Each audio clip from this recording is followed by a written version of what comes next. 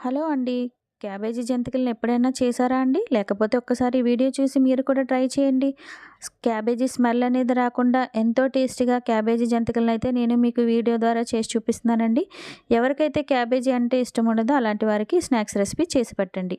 ఒక పావు KG క్యాబేజీని తురుముకొని mixie జార్‌లో తగినన్ని నీళ్లు వేసుకొని ఈ విధంగా మెత్తగా పేస్ట్‌లాగా చేసుకొని టీ జాలి ద్వారా వడకెట్టేసుకుంటే మనకి ఒక కప్పు క్యాబేజీ గుజ్జు అనేది వస్తుంది. ఒక కప్పు క్యాబేజీ గుజ్జుకి 2 కప్పులు వరిపిండి, హాఫ్ కప్పు శనగపిండి, రుచికి సరిపడా ఉప్పు, ఒక కప్పు వాటర్ వేసుకొని పిండిని ముందు ఈ విధంగా కలుపుకొని ఒక 10 నిమిషాలు పక్కన పెట్టుకొని తర్వాత 2 స్పూన్లు జీలకర్ర, 3 స్పూన్లు కారం, హాఫ్ కప్పు వాటర్ వేసుకొని పిండిని ఈ విధంగా పలుచగా కలుపుకోండి.